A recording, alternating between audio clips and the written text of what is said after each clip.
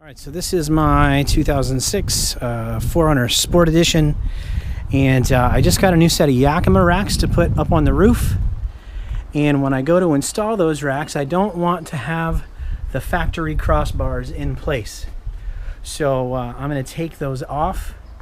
And for those of you that have been wondering about how to do that, I'm going to show you right now.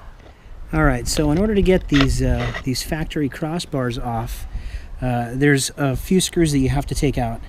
There's all Torx screws. There's a T25 Torx screw in here, recessed into this hole. And then there are two additional ones that bolt the racks down onto the body of the car. And those are T40 Torx screws.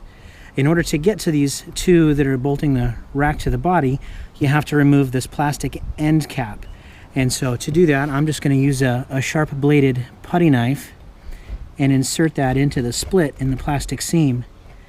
And it's not too hard to run this through and work your way up a little bit of leverage in order to remove this end cap.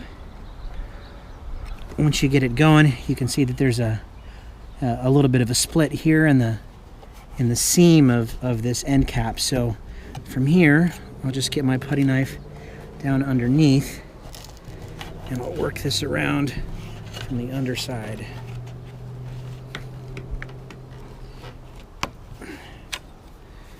All right, and that's popped it out on the outside as well, so now I'll just wiggle it free.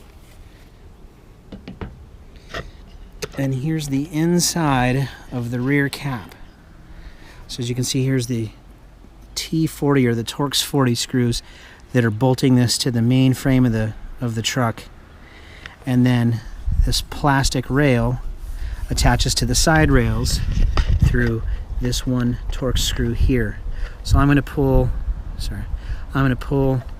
these three Torxes out in order to remove the end rail so I can slide the factory cross rails out. Okay, so I have all three of the bolts removed. Here's the T40s, the T25, and now that that's removed, it's really easy to just slip this right out in order to get access to removing the cross rails. I'm going to get a towel to pad this so I don't scratch the roof here, but next it's just going to be a matter of loosening these and sliding them out. Okay, now for the actual removal of the crossbars, all you need to do is loosen the adjusting knobs on each bar, front and rear. Now that I've adjusted that or loosened that on both sides, it's just a matter of dragging them back evenly out of the rack, out of the side rails.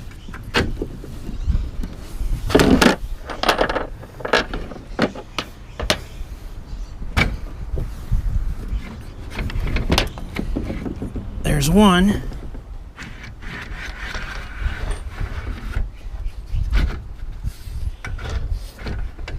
But there's two.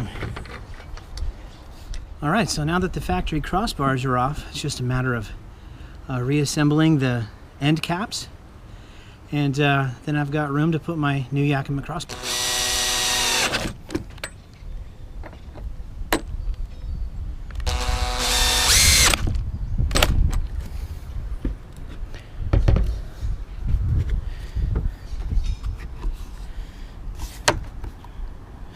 All right, so here's the finished product. New Yakima Timberline towers, core bars, and this is the Mega Warrior with the Mega Warrior extension. Looks great.